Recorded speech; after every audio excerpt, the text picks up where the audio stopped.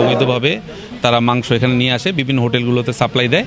তো এইটার বিরুদ্ধে আমরা অভিযান চালাচ্ছি এবং আমরা পেয়েছি কিছু এরকম।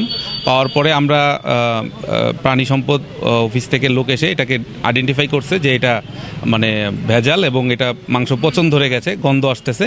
এরই পরিপ্রেক্ষিতে আমরা ভোক্তা অধিকার আইনের ৪৫ ধারায় তাকে আমরা ২ মাসের কারাদণ্ড দিয়েছি এবং তাকে ৩০,০০০ টাকা জরিমানা করা হয়েছে এবং অনাদায়ে আরও ২০ দিন তাকে জেলহাজতে রাখা হবে আর কি। যে গরুটা জবাই হবে সেটা live stock officer certified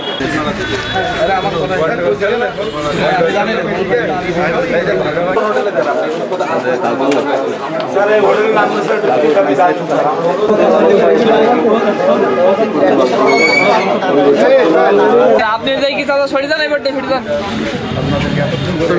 sorry দেন